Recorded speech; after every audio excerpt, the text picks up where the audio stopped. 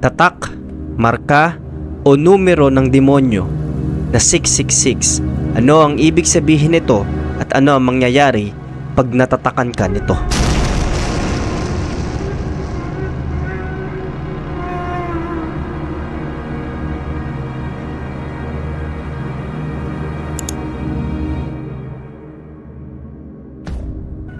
Ang numerong 6 na tatlong magkakasama ay numero ng demonyo o tatak ng Antikristo. Ito rin ay tatak ng halimaw na sinasabi ng Biblia.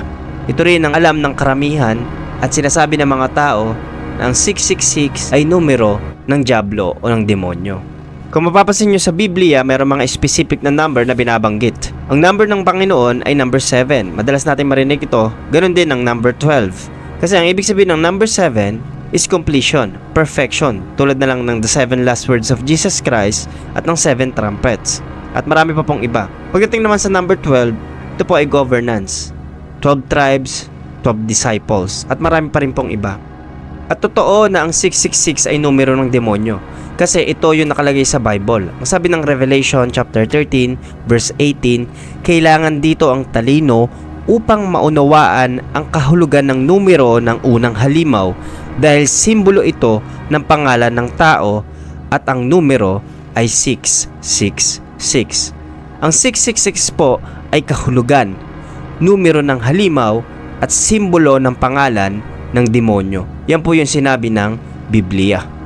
At ang tatak ng halimaw na 666 ay nakita na daw po noong unang panahon. Ito ay spekulasyon na ang Nero Emperor, siya po ay merong katugma ng numero ng 666. Ganon din mga kapatid, ang mga pope at nakatugma ang numero at ang tatak ng demonyo sa kanilang pangalan. Ganon din mga kapatid sa mga ginagawa nila at sa mga emblem na suot po nila.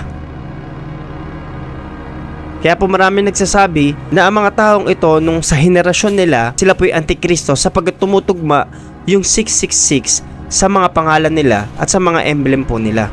Ganon din si Adolf Hitler. Alam natin kung gaano kasama ang taong ito at ano ang naitala niya sa kasaysayan ng mundo. At sinasabi nila na nasa kanya rin ang tatak ng halimaw, yung 666, sapagkat alam natin na sa panahon ng pag-rule ng Antikristo, sabi ng propesiya sa Biblia, dadanak ang dugo. Grabe po ang mangyayari. Maraming mamamatay at sa panahon ni Hitler, ito po yung nakita nila. Tinitingnan nila na yung 666 ay nakatugma sa ginagawa ni Hitler dahil katulad ng sa Antikristo. Ganon din sa bansang Amerika, ang presidente dati na si President Barack Obama ay tinitingnan na siya ay mayroong tatak ng 666. Nakatugma ito sa pagiging presidente. Alam natin na ang USA o ang Amerika ay isa sa napakamakapangyarihang bansa sa mundo at nagro-rule po ito hanggang sa oras na ito. Tinitingnan ng mga nag-aaral sa Biblia patungkol po sa Antikristo at sa Mark the Beast na 666 na si Barack Obama ay isa sa may tatak na 666. Dahil sa kapangyarihan nitong mamahala sa buong mundo at ito rin nakikita na mangyayari po sa Antikristo. Yun po ay spekulasyon lang ng tao na ang tatak ng 666 o tatak ng diablo ay nandun sa mga tao na yon at sa panahon na yon. Pero ang sabi ng Biblia mga kapatid, ang numero ng Antikristo o ng halimaw ay magaganap po at magpapakilala sa panahon ng paghahari mismo ng Antikristo. Makikita ng hayagan ang pagtatatak ng 666 at ang tatak na 666 sa panahon ng pagpapakilala at paghahari ng demonyo o ng Antikristo, halimaw na tinatawag at ng huwad na propeta. Katulad ng nare-release kong video, after rapture po, meron pong 7 years of tribulation na tinatawag. Yung 7 years po, nahahati po sa dalawa. Yung unang 3.5 years, diyan po magpapakita yung puting kabayo na sinasabi sa Revelation. Ang ibig sabihin po, magpapakilala ang Antikristo bilang false peace. O magpapakilala siya at magpapakita siya na mabuti siya. Marami siyang madadaya, magpapakita siya ng mga himala at kababalaghan, kaya marami pong sasamba sa kanya at maraming mananampalataya sa kanya. Yan po yung unang part ng 7 years of tribulation. Pagkatapos po niyan, ihahayag na Antikristo ang kanyang sarili bilang isang suwail at lalapastangan sa pangalan ng Diyos. Diyan po yung tatakang magaganap. Maraming mamamatay. Literal po na makikita ito sa noo at sa kamay. Revelation chapter 13 verse 15. hinayaan ng Diyos ang pangalawang halimaw na magbigay ng buhay sa imahen ng unang halimaw. Kaya nakapagsalita ang imahen at nakapag-utos na patayin ang lahat ng ayaw sumamba sa kanya. Pinilit ng pangalawang halimaw ang lahat ng tao, dakila o hindi, mayaman o mahirap, alipin man o malaya, na magpatatak sa kanang kamay o sa noo. Magiging sapilitan at maraming magpapatatak po ng numero ng 666. Sa lahat po ng maiiwan na hindi nanampalataya sa Panginoon, sa lahat ng tumalikod sa kanilang pananampalataya sa Diyos at itinakwil si Kristo bilang Diyos at Panginoon nila, makakasama nila ang Antikristo. At sa paghahari ng Antikristo, sa tatakang magaganap, marami po ang mapipilitang magpatatak. Sinasabi ng karamihan kung paano itatatak ang numerong 666 sa pamamagitan ng microchip or yung implantation. Ganon din yung barcode. At marami rin nagsasabi na sa pamamagitan ng vaccine, tulad na lang nangyaring pandemya, at maraming natakot po na mananampalataya kaya maraming hindi nagpa-vaccine. Ganito tinitingnan ng mga tao at ng mga Bible scholar kung ano ang mangyayaring tatakan po. Ganon kahalaga yung tatak ng demonyo sa mga maiiwan. Bakit po? Kasi magkakaroon ng cashless society. Hindi mo kailangan ng pera para makabili at makapagbenta ng mga bagay. Kasi ang kailangan mo nang gamitin para makabili at makabenta ay ang tatak ng halimaw, yung 666. Kailangan meron ka nito sa noo o meron ka sa kamay. At hindi na kailangan ng pera para bumili. Tatak ng halimaw ang kailangang makita sa iyo.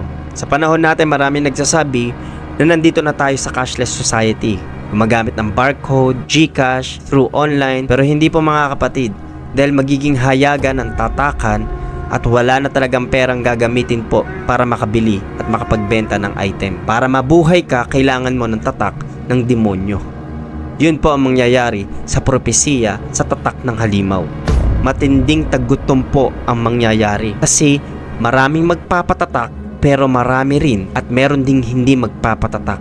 Yung mga naiwan na mananampalataya na hindi nakapagsisi pero during the rule of Antichrist, sila po ay maninindigan at hindi sila magpapatatak. At ang ibig sabihin nun, kung wala silang tatak na 666, hindi po sila makakabili o makakapasok sa pamilihan.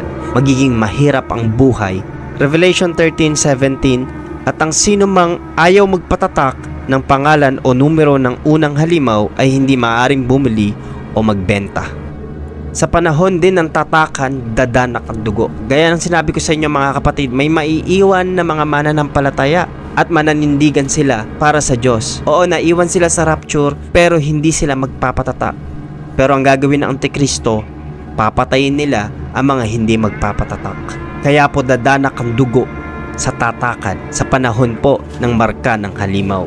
Revelation chapter 13 verse 15, hinayaan ng Diyos ang pangalawang halimaw na magbigay ng buhay sa imahen ng unang halimaw, kaya nakapagsalita ang imahen at nakapag-utos na patayin ang lahat ng ayaw sumamba sa kanya.